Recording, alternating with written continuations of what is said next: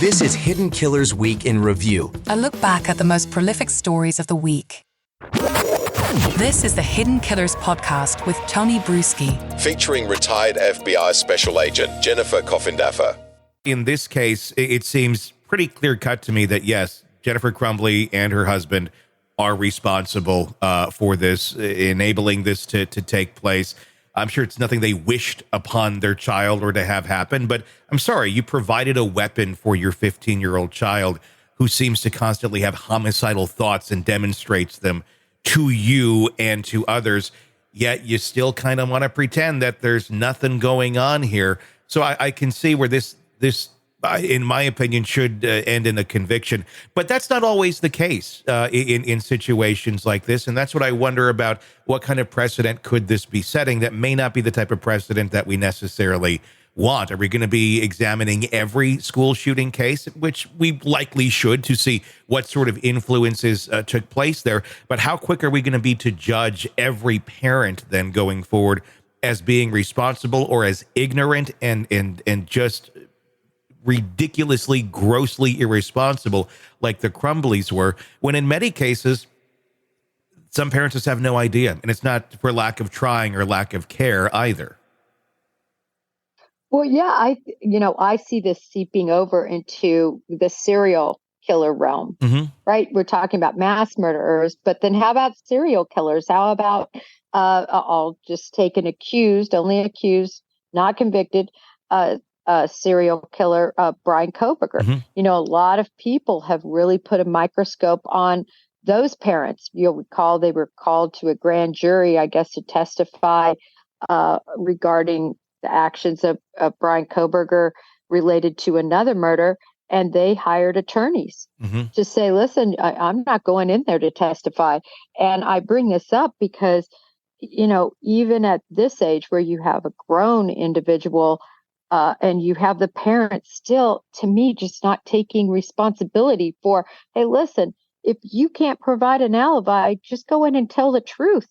Quit covering. Yeah. And, we know that he had all sorts of issues apparently growing up. I'm not trying to cast, blame on these parents in any way.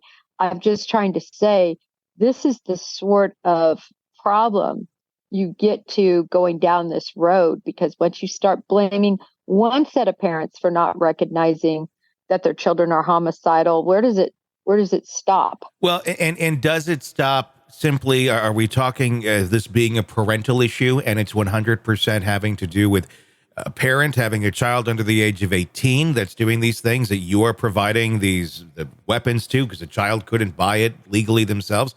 Or are we going to go into territory which could be extremely slippery of other mass shooters? I mean, yes, we certainly have school mass shooters that are children, but every single day we have other mass shooters that are not children, people that walk into offices, people that take out people at concerts, people that do all sorts of horrible things that also have family that they live with, that family which may be very fearful of the monster that's in their home of saying anything for their own well-being and safety.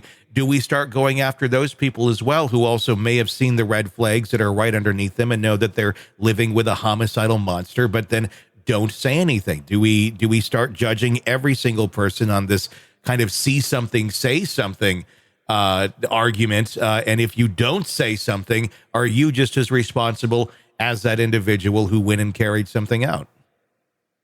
I mean, you're exactly right, Tony. And that's the problem, because it starts being a little bit gray and a slippery slope.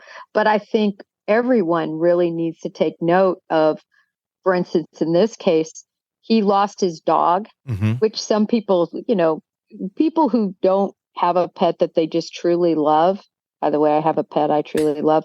They don't understand how important that pet is to them. And this child lost his pet and his only friend moved. So those were two proximal events that I think really, really impacted, triggered, if you will, and pushed him into committing this atrocity. Right. So now you have parents that well know what's going on. They even talk about it in the text messaging. He's not handling this well. And, And so they knew that there were some triggering events, but they just couldn't put it all together. Yeah. So my only concern is, and I agree with you, Tony, they had these guns, or a gun, they bought for him, they took him to the range. They knew he had serious issues, and yet they bought him the gun. They didn't take him out of school when they were asked to take him out of school because they said, sorry, we've got work. Yeah. But for me, did they really get it? Yeah. That I don't know. I just don't think they did. Mm-hmm. But yet, without their actions, Tony, without their negligence, those 4 students would be alive. And I always like to keep focus on the people who lost their lives in this, not just the people that committed the crimes. Yeah, I mean, I completely agree. But it's also legislating ignorance to a certain extent. And the other part of this, is the whole mental health component. I mean, we need to find a villain here. That seems to be what's going on. We already have our one villain, but let's find more, and rightfully so. I'm not saying it's wrong that we're looking at that we're prosecuting these people to the fullest extent of the law. But again, we're talking about ignorant people who may or may not be capable of being responsible parents in terms of recognizing the mental health of their child. A lot of people are just simply ignorant to anything that has to do with mental health or the value of it or the importance of it. And that's a clear problem in our country. It's another moment where we seem to be almost kind of glossing over that part of it, where this case, we're not blaming the guns specifically. We're not blaming, we're going after the parents here in this round. But again, a lot of this goes back to the mental health component. There's not a lot of resources out there for parents who are in a situation like this. I can almost understand the argument of the parents going, we have work and our kid goes to school here, and maybe it is safer that the kid is at school under some sort of supervision rather than just being left to their own means, unsupervised at home, hoping that, well, maybe the school will, I don't know, prevent something like this from happening. But again, you're also putting someone into an environment where something absolutely horrible like this could take place, and obviously did take place. But just examining this, first of all, who would not search the backpack? Yeah. The parents didn't search the backpack. The school didn't search the backpack. That, to me, was just 101. If you're going to let him back in school, you've got to make sure he doesn't have any dangerous weapons where he could. Remember, everybody thought, they were afraid he was going to kill himself. Yeah. The parents thought that. The school was concerned about that. So it was more of a suicide. But why wouldn't you check the backpack to make sure, especially they knew they bought him that gun? Secondarily, Tony, what parent who loves their kid doesn't call their boss? Again, I'm not trying to be judgmental. I'm just asking the question to the audience. What parent doesn't say, with all these factors, you know what, boss, I'm going to have to take off for the rest of the 2 hours or whatever it was left in the day, 3 hours. I have got to be with my son. Yeah. He is going through some major issues, and just ask for that. Or I think the father was Uber Eats driver.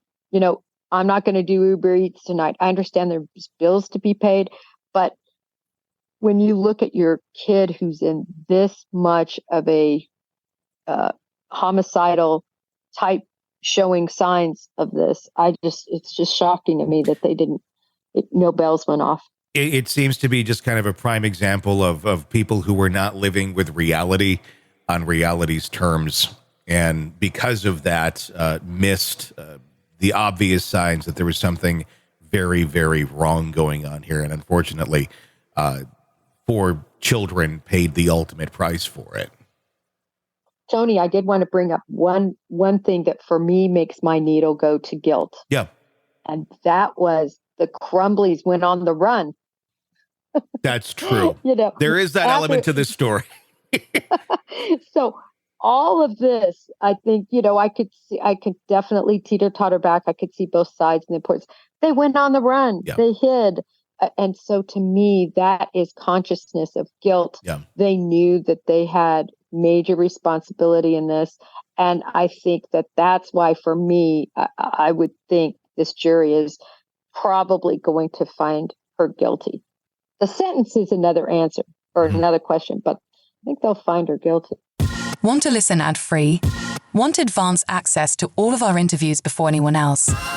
Become a True Crime Today Premium Plus subscriber on Apple Podcasts. You get every episode commercial-free. So you can binge on true crime until you can binge no more. Search True Crime Today Premium Plus on Apple Podcasts now, or go to our podcast page and sign up now. More of the Hidden Killers podcast next.